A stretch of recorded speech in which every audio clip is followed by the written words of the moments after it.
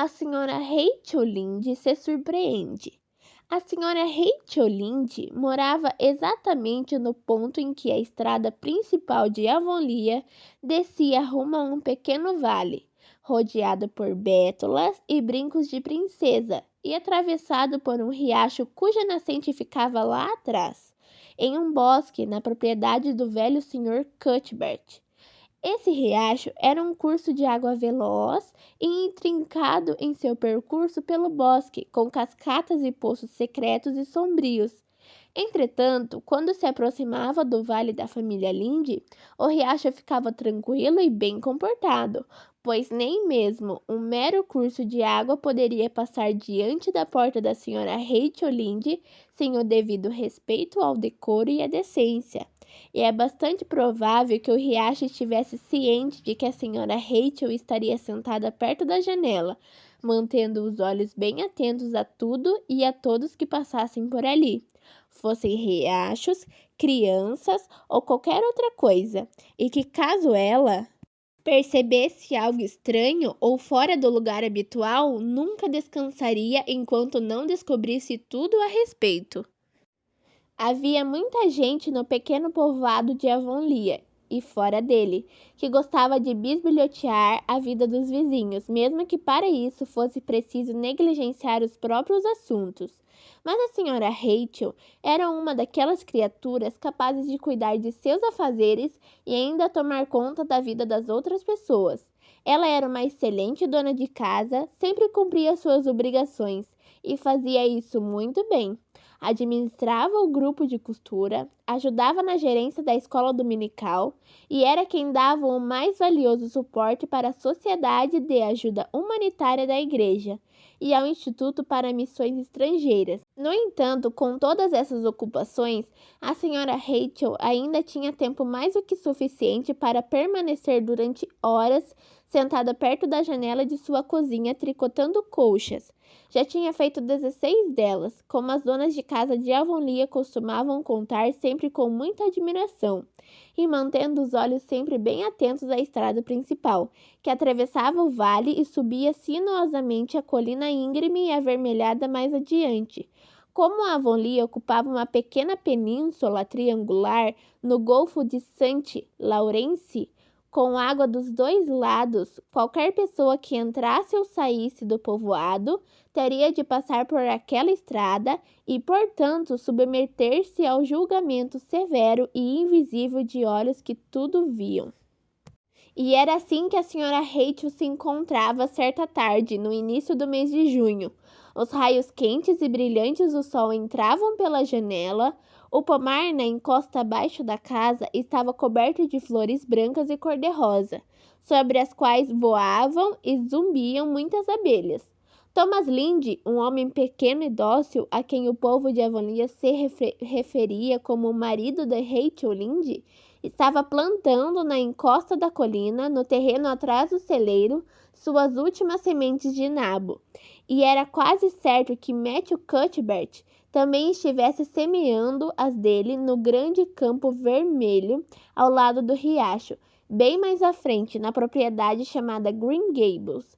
A senhora Rachel sabia disso porque tinha escutado no fim da tarde do dia anterior, na loja de William G. Barry, em Carmody, Matthew dizer a Peter Marison que plantaria suas sementes de nabo naquele horário. Obviamente, Peter havia perguntado isso a ele, pois nunca se soube de nenhuma ocasião em que Matthew Cuthbert tivesse oferecido, por sua própria iniciativa, alguma informação sobre qualquer coisa relativa à sua vida. Tanto contrariando a previsão da senhora Rachel, lá estava Matthew Cuthbert às 3h30 da tarde de um dia de trabalho, atravessando o vale e subindo tranquilamente a colina do outro lado. E ainda mais surpreendentemente, usando uma camisa de colarinho branco e seu melhor terno, o que era uma prova incontestável de que ele sairia de Avonlea. Além disso, viajava em sua charrete puxada pela égua Azalã, o que significava que percorreria uma distância considerável. Ora, aonde Matthew Cuthbert estava indo e por que se dirigia para tal lugar? Caso se tratasse de qualquer outro homem em Avonlea, a senhora Rachel teria hábil e rapidamente chegado a uma ótima dedução que responderia plenamente a essas duas perguntas. No entanto, era tão raro Matthew sair de Green Gables que, sem dúvida nenhuma, ele estava fazendo aquilo por alguma razão realmente importante e extraordinária. Ele era o homem mais tímido que já existiu no povoado e odiava ter de ficar entre estranhos ou ir a qualquer lugar em que precisasse conversar. Portanto, ver Matthew Cuthbert elegantemente vestido, trajado, colarinho branco e guiando a charrete era algo que não acontecia com frequência. E, por mais que a senhora Rachel se esforçasse, ela não conseguia chegar a nenhuma conclusão sobre aquilo, o que acabou por estragar sua diversão daquela tarde. Vou a Green Gables depois do chá. Preciso descobrir, com a ajuda de Marília, onde ele foi e por que motivo. A digna senhora finalmente decidiu. Geralmente ele não vai à cidade nessa época do ano e nunca visita ninguém. Se estivesse precisando de mais sementes de nabo, não teria se vestido tão bem nem sairia na charrete, só para buscar mais.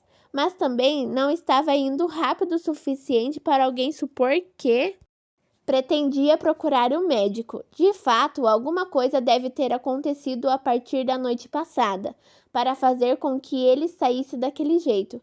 Estou mesmo muito intrigada. Essa é a verdade. Não vou ter um minuto de paz ou sossego enquanto não souber o que levou Matthew Cuthbert a sair assim de Avonlea hoje.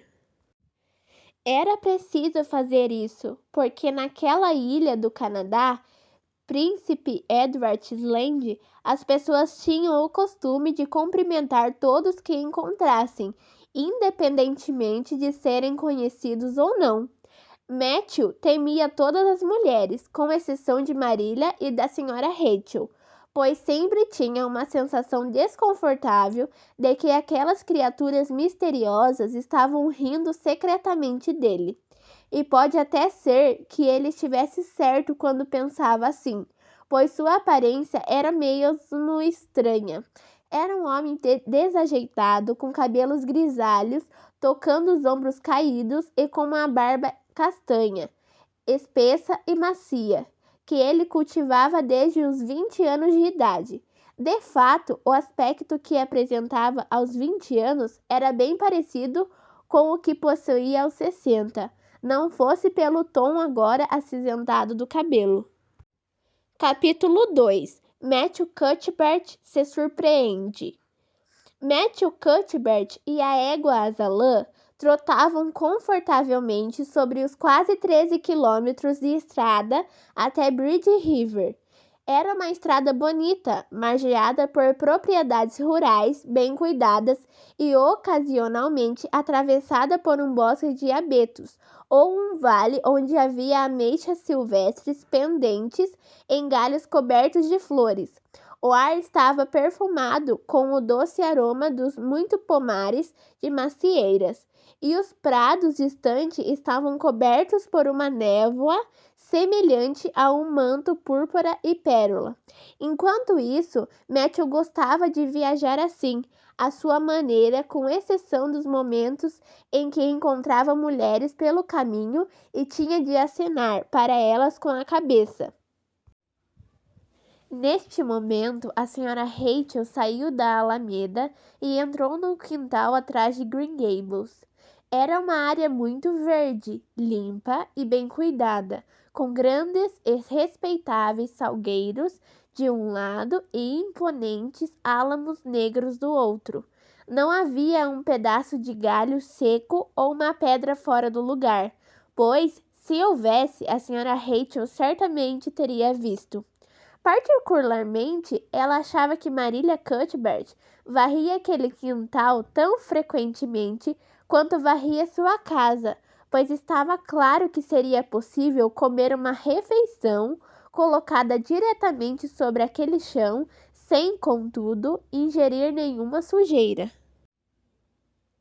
Educadamente, a senhora Rachel deu uma batida rápida na porta e entrou quando Marília autorizou. A cozinha de Green Gables era um cômodo alegre, ou pelo menos seria se não fosse tão dolorosamente limpo, a ponto de ter uma aparência similar à de um lugar que nunca foi usado.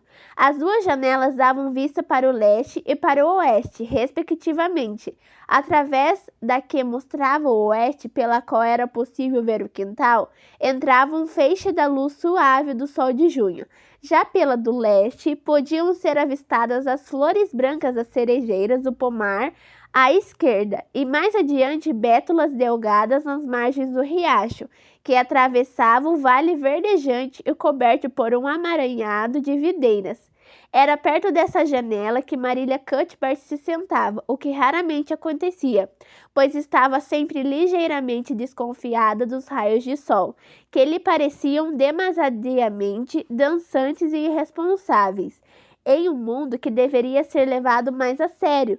Entretanto, naquele momento, lá estava ela, sentada tricoteando. Quando Matthew chegou a Bridge River, não havia nenhum sinal de trem algum. Pensou que ainda estava cedo e, portanto, amarrou seu cavalo no pátio do pequeno hotel da cidade e se dirigiu à estação ferroviária. A longa plataforma estava quase deserta. A única criatura à vista era uma garota pequena, sentada sobre uma pilha de telhas em uma das extremidades dela. Porém, tendo notado que se tratava de uma menina, Matthew passou por ela o mais depressa que pôde, sem sequer se dirigir um olhar. Se tivesse feito isso, dificilmente deixaria de perceber a tensão e a expectativa que reinavam em sua postura e na expressão de seu rosto. Com certeza, ela estava sentada ali esperando por alguém ou por alguma coisa, e como sentar e esperar era sua única opção naquele momento, ela fazia isso com toda a sua força e alegria.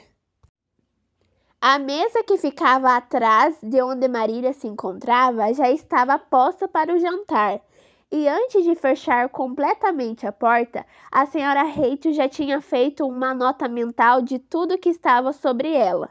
Havia 3 pratos distribuídos, indicando que sua vizinha esperava que alguém viesse com Matthew para a refeição. Porém, eram pratos de uso diário, e havia sobre a mesa apenas geleia de maçã silvestre e um só tipo de bolo. Portanto, a pessoa esperada não era ninguém especial. Então, por que Matthew usava colarinho branco e saiu em sua charrete puxada pela égua Azalã? A senhora Rachel já estava ficando tonta com esse enigma incomum na pacata e na misteriosa Green Gables. Boa noite, Rachel, Marília falou imediatamente. A tarde está realmente bonita hoje, não acha? Não quer se sentar? Como vai sua família? Algo que, por falta de outro nome, poderia ser chamado de amizade.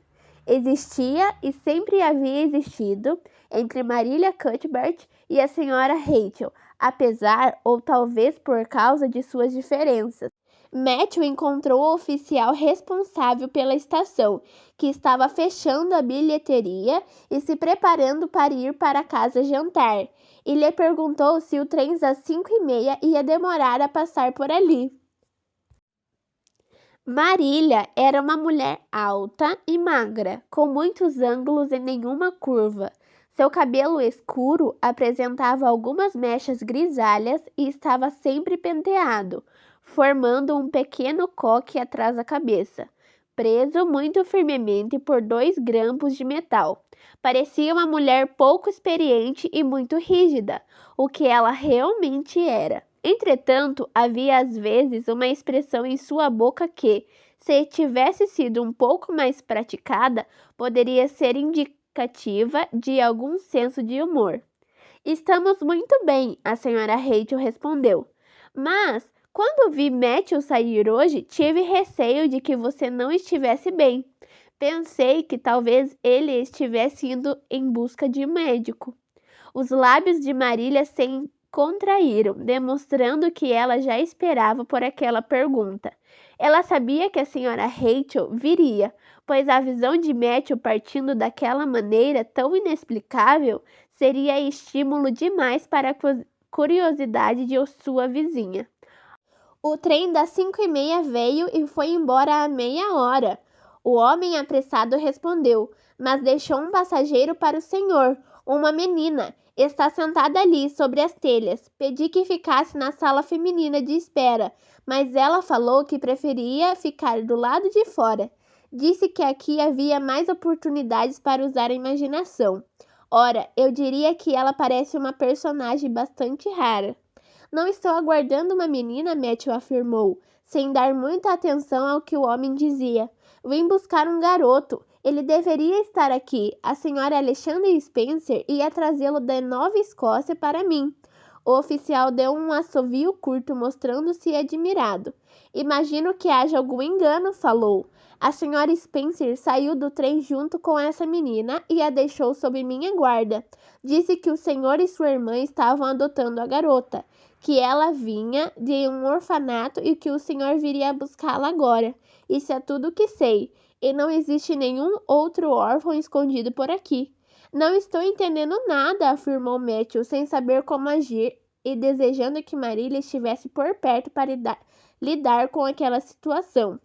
Bem, é melhor o senhor conversar com a menina, o oficial da estação respondeu calmamente. Aposto que ela vai saber explicar isso. Essa garota tem o que dizer, está claro. Talvez ela não tivesse um menino como o que o senhor queria. Oh, não! Estou perfeitamente bem, embora tenha tido uma dor de cabeça bastante desagradável ontem, disse. Matthew foi a Bridge River para adotar um garoto de um orfanato em Nova Escócia, e ele veio no trem de hoje à tarde.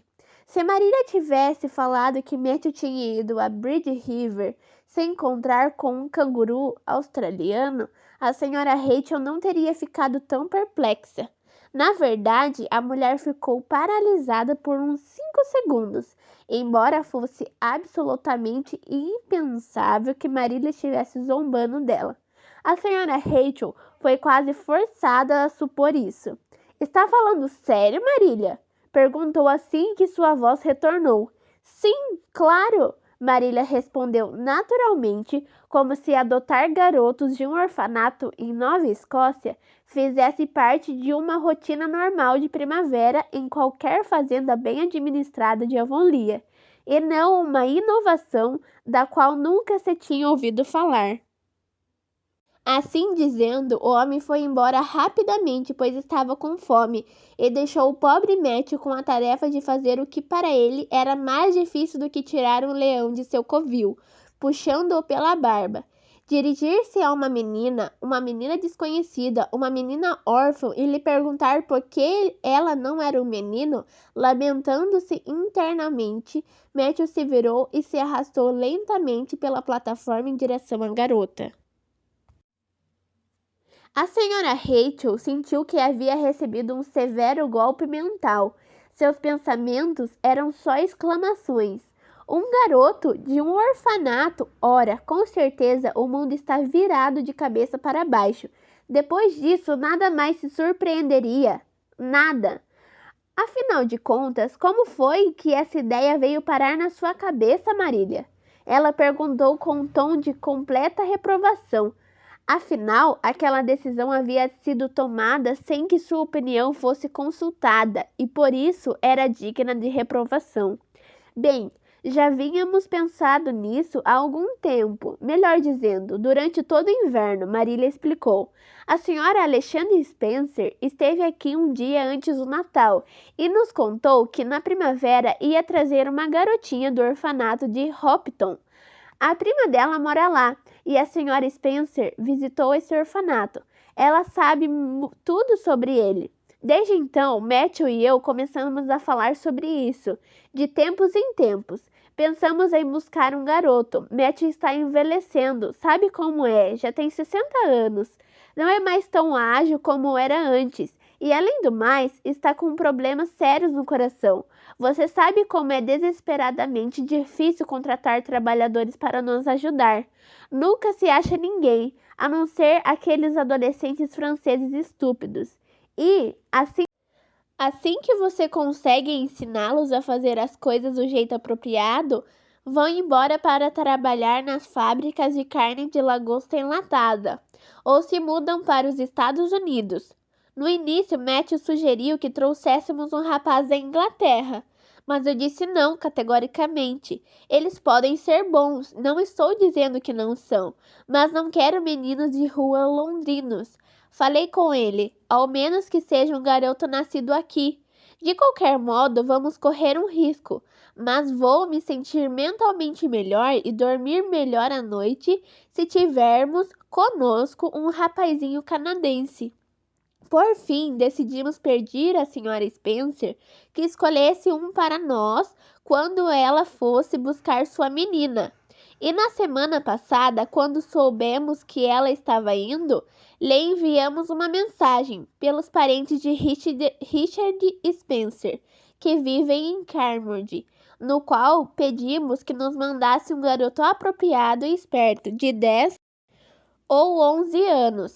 Esta tinha começado a observá-lo no momento em que ele passara por ela, e continuava a fazer isso. Matthew não estava olhando para ela, e mesmo se estivesse, não teria visto como a menina era. Uma criança de mais ou menos 11 anos de idade, usando um vestido amarelo acinzentado, muito curto, muito apertado e muito feio. Trazia na cabeça um chapéu de marinheiro marrom, desbotado, e sobre suas costas se estendiam duas tranças grossas de cabelo indiscutivelmente ruivo. Seu rosto era pequeno, pálido, magro e coberto de sardas. A boca era grande, assim como os olhos, que pareciam verdes em algumas luzes e alguns estados de espírito e cinzas em outros. Decidimos que essa seria a melhor idade, suficientemente crescido para ser logo útil no cumprimento das tarefas e, ao mesmo tempo, suficientemente jovem para ser treinado adequadamente. Pretendemos lhe oferecer um lar e uma boa educação. Então, hoje, o carteiro trouxe da estação ferroviária um telegrama da Sra. Alexandre Spencer, dizendo que eles viriam num trem das 5h30. Por isso, Matthew foi a Bridge River para buscar o garoto. Depois de deixá-lo lá, a Sra. Spencer vai seguir com a menina para a estação de Rich Sands. Como a Sra. Rachel tinha orgulho de sempre dizer francamente o que pensava, foi o que ela fez naquele momento, após haver definido mentalmente qual seria sua reação diante daquela notícia surpreendente. Escute, Marília, vou lhe dizer sinceramente que acho isso uma grande besteira. É uma atitude arriscada, essa é a verdade. Você não sabe o que está fazendo. Está trazendo uma criança desconhecida para dentro de sua casa, de seu lar. Não sabe nada sobre esse garoto, nem sobre seu temperamento, muito menos que tipo de pais ele teve, ou em que espécie de pessoa ele pode se transformar. Ora, ainda na semana passada, li no jornal que um homem e sua esposa, moradores do oeste da ilha, levaram para seu lar um menino de um orfanato, e durante a noite o garoto pôs fogo na casa, e fez isso de propósito. Marília quase transformou a casa em carvão, em sua própria cama. E sei também que outro caso em que o menino adotado costumava chupar todos os ovos da casa. Essas seriam as características vistas por um observador qualquer. Já um observador mais atento teria visto que o queixo era bastante pontiagudo e proeminente, que os olhos grandes eram cheios de ânimo e disposição, que a boca era expressiva e relevava certa doçura, que a testa era alta e larga. Em resumo, nosso observador atento e perspicaz poderia ter concluído que não era uma alma comum que habitava o corpo daquela garota solitária, a quem o tímido Matthew temia. E ninguém nunca conseguiu lhe tirar esse hábito. Se você tivesse me pedido um conselho, o que você não fez, Marília, eu teria lhe dito para pôr tudo o que há de mais sagrado, nem pensar em fazer umas coisas dessas. Essa é a verdade. Contudo, tais comentários reconfortantes pareceram não ofender nem alarmar Marília, que continuou a tricotar tranquilamente. Não nego que o que está dizendo tenha algum fundamento, Rachel. Eu mesma tive algumas inquietações a esse respeito, mas Matthew estava totalmente decidido. Vi isso claramente e, portanto, resolvi ceder. É tão raro Matthew cismar com alguma coisa que, quando isso acontece, sempre acho que tenho a obrigação de concordar com ele. Quanto aos riscos, eles existem em praticamente qualquer coisa que seja feita nesse mundo. Se pensarmos bem, há risco até em se ter filhos próprios. Nem sempre eles se tornam boas pessoas. Além disso, Nova Escócia é muito perto de nossa ilha. Não é como se estivéssemos trazendo o garoto da Inglaterra ou dos Estados Unidos. Portanto, ele não pode ser muito diferente de nós mesmos. Bem, espero que tudo dê certo, disse a senhora Rachel, com um tom de voz que mostrava claramente suas tristes dúvidas. Mas não diga que não avisei, caso o menino incendeie Green Gables ou jogue veneno no poço. Ouvi contar uma história que aconteceu em New Brunswick, onde uma criança de um orfanato fez isso e toda a família morreu, e com muito sofrimento. Só que, nesse caso, era uma menina. Ora, não estamos trazendo uma menina, Marília afirmou, como se envenenar poços fosse um comportamento exclusivamente feminino, e por isso não fosse necessário temer que o menino fizesse isso. Eu jamais pensaria em trazer uma garota para criarmos. Acho até admirável a senhora Alexandra Spencer fazer isso, mas pensando bem, ela não hesitaria em adotar até um orfanato inteiro se pusesse essa ideia na cabeça. A senhora Rachel gostaria de permanecer ali até Matthew voltar com seu órfão importado, mas, ao concluir que ainda teria de esperar umas 2 horas, decidiu subir a rua para contar a novidade ao Sr. Bell, o superintendente. Certamente isso causaria uma sensação sem precedentes no povoado, e a senhora Rachel realmente adorava causar sensação. Sendo assim, foi embora, deixando Marília um tanto aliviada, pois havia sentido suas dúvidas e medos renascerem por influência do pessimismo da vizinha. Por tudo o que há nesse mundo, a senhora Rachel murmurou quando já se sentia em segurança na Alameda. Parece até que estou sonhando. Ora, tenho pena desse pobre garoto, muita pena. Marília e Matthew não sabem nada sobre crianças e esperam que ele seja mais sábio e mais equilibrado do que seu próprio avô, se é que ele algum dia teve avô. O que é duvidável. De qualquer modo, acho esquisito imaginar uma criança em Green Gables. Nunca houve nenhuma nesse lugar. Marília e Matthew já eram crescidos quando a casa nova foi construída. Se é que algum dia eles foram crianças. Ridiculamente. No entanto, Matthew foi poupado do sofrimento de falar primeiro, pois assim que ela concluiu que ele vinha em sua direção, levantou-se, pegando com uma das mãos magras e brancas a alça de uma bolsa de viagem velha e surrada, e estendendo a outra para ele. Suponho que o senhor seja Matthew Cuthbert, de Green Gables, ela disse com uma voz peculiarmente clara e doce. Estou muito contente em ver o senhor. Estava começando a temer que não viesse me buscar e a imaginar todas as coisas que poderiam ter acontecido para impedir sua vinda. Já tinha decidido que, se o senhor não aparecesse hoje, eu caminharia pelos trilhos até aquela cerejeira grande ali na curva e subira nela, para passar a noite lá. Não sentiria medo algum, e penso até que seria muito agradável dormir em uma cerejeira coberta de flores brancas, sobre o luar. O senhor não concorda? Poderia imaginar que estava morando em um salão de mármore, não é verdade? Mas eu tinha certeza de que o senhor viria me buscar amanhã de manhã, se não pudesse vir hoje. O que também é difícil acreditar ao olharmos para eles. Não queria estar no lugar desse órfão por nada. Oh, tenho muita pena dessa criança, essa é a verdade. Foi isso que a senhora Rachel falou do fundo de seu coração para os arbustos de rosas silvestres.